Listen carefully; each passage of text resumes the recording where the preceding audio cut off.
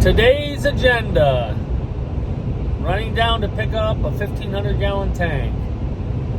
There was one posted on Craigslist. It was a really good price, so we are going to look at it, make sure it's in good shape, and we'll probably be buying it. I'm actually in my neighbor's truck. My trailer had a bunch of stuff on it from stuff I picked up yesterday, so I asked him if I could borrow his trailer, and he said, well, my truck's hooked to it, just take my truck as well. Well, there's our tank. We got it. We are headed home. It needs cleaned very well, but all in all, it's a really good tank.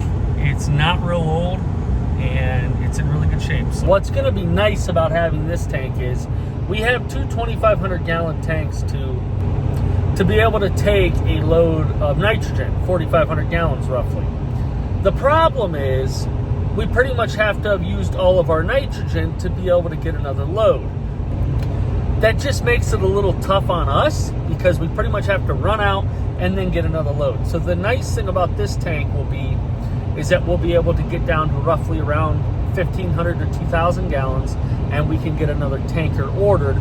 So that way we are not using all the nitrogen we have and then waiting on another load to come in the interim. So very glad to be able to get this tank, and it will be able to make our side dressing a lot more efficient. Well, after an hour and a half with the pressure washer, it is no longer dirty.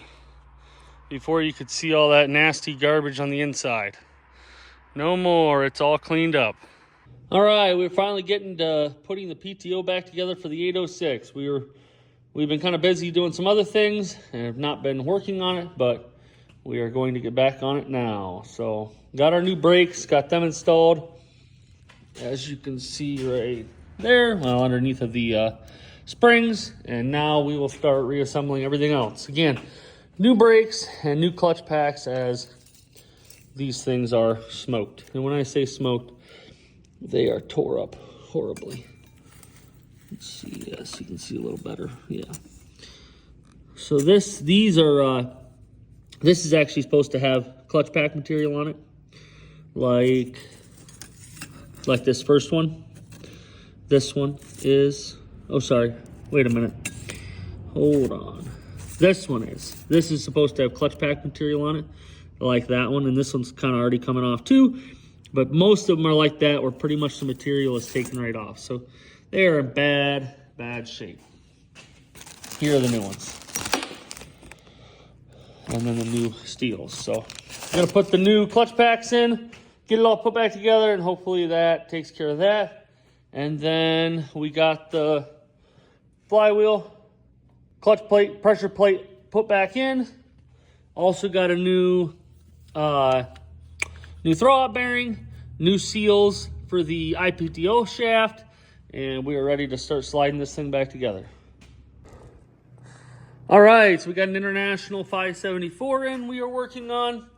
We have taken the head off, and the head is at the machine shop getting just gone through new valve guides and everything checked, make sure everything's good, and probably relap the valves, that kind of thing. So the shop is going through the head, and got all the rest of the parts there, along with a pump from an Alice Chalmers. But anyways, we are waiting on the head to come back, and then also a head gasket set, new head gasket and seals for the manifold, and a few other seals, and we'll get it put back together. But yeah, this tractor was missing on 2 cylinders, so we went ahead and put new spark plugs and new wires on, and that did not fix it. It made it run a little better, but it still is missing on 2 cylinders, so we pulled the head, sent that out, hoping that going through that fixes all our problems. So the cylinders and the pistons actually don't look too bad. They're not great, but for a tractor that's, 50 years old, 60 years old, they're not too bad. So waiting on the head to come back, and we'll get back at it. All in the 550.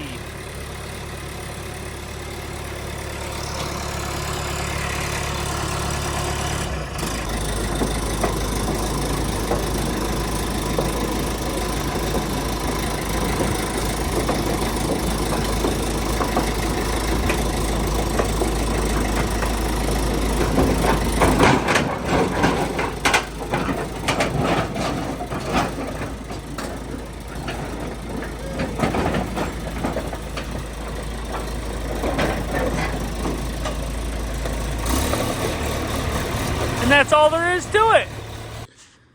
All right, so we got the 806 pretty much back together.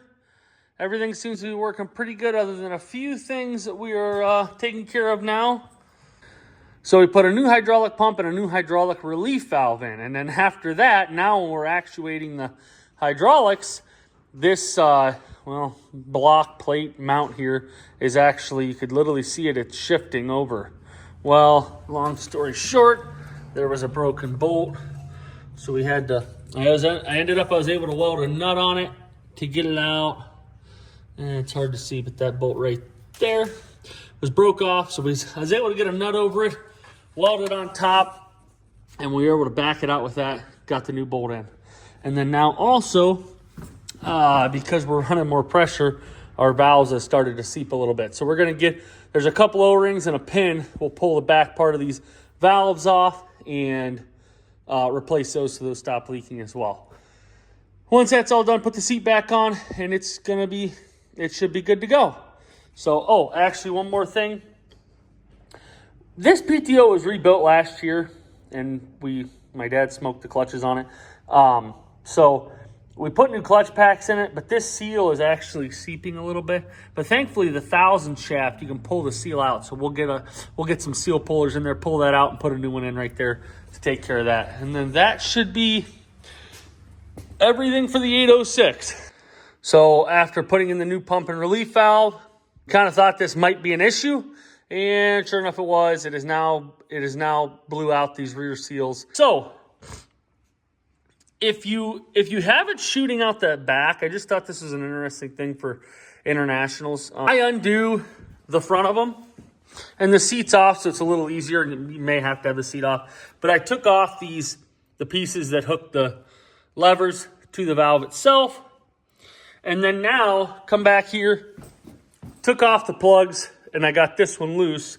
And you literally, oh boy, make a liar out of me. No, you literally can pull them. Okay, I might have to do this two hands. But anyways, I should be able to pull this right out the whole back now.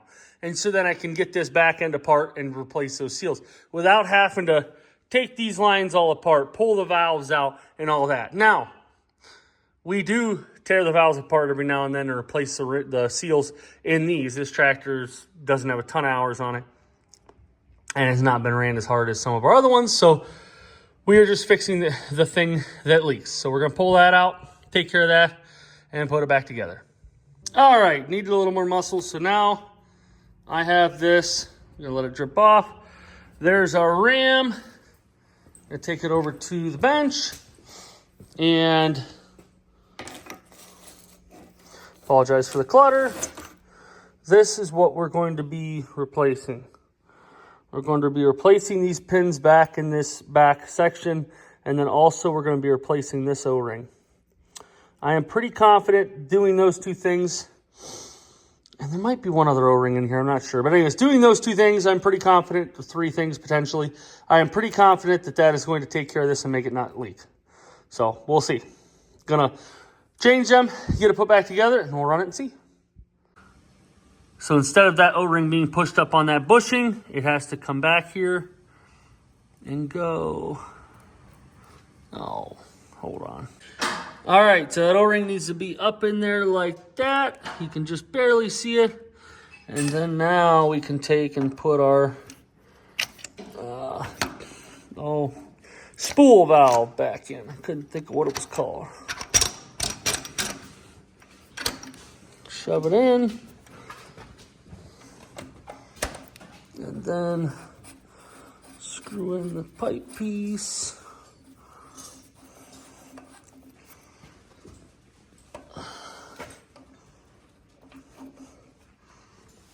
Let's see.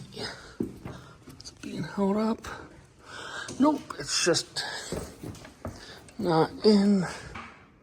All right, I had to finish knocking that through on the front side with a socket and hammer. And then now this piece will screw on. So that piece will screw all the way in, and then this piece will screw on the back side, and that is done. So then we got the Kubota tore apart. I think I've already got a video of it in this state, I believe. But got the parts ordered for that. They should be in a couple of days or something like that. We'll end up having to pull this whole rear case out. We're putting a PTO seal in it as well, final drive seals, and then one other one on the front of it. And then also we're going to pull the power steering cylinder off and rebuild that as well. And then next we got a little Ford 3910 in. This is in. We got a hydraulic leak we got to fix, a fuel leak we got to fix, and then we are going to split it and put a clutch in it. So this is a